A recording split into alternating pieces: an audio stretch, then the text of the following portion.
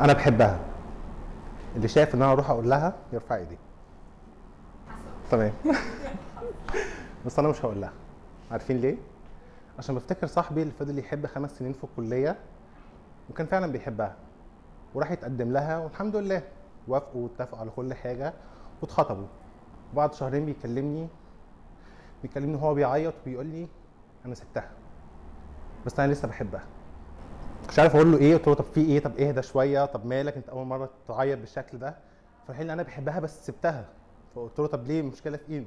قال لي المشكله في اهلها، مش عارف اتعامل معاهم، مش هينفع اكمل معاهم. اللي عاوز اقوله ان احنا ممكن نحب والحب ده مبقاش بايدينا، لكن التعبير عن الحب ده هو اللي بايدينا. فلو بتحبها بلاش تقول لها، روح لابوها وتقدم لها.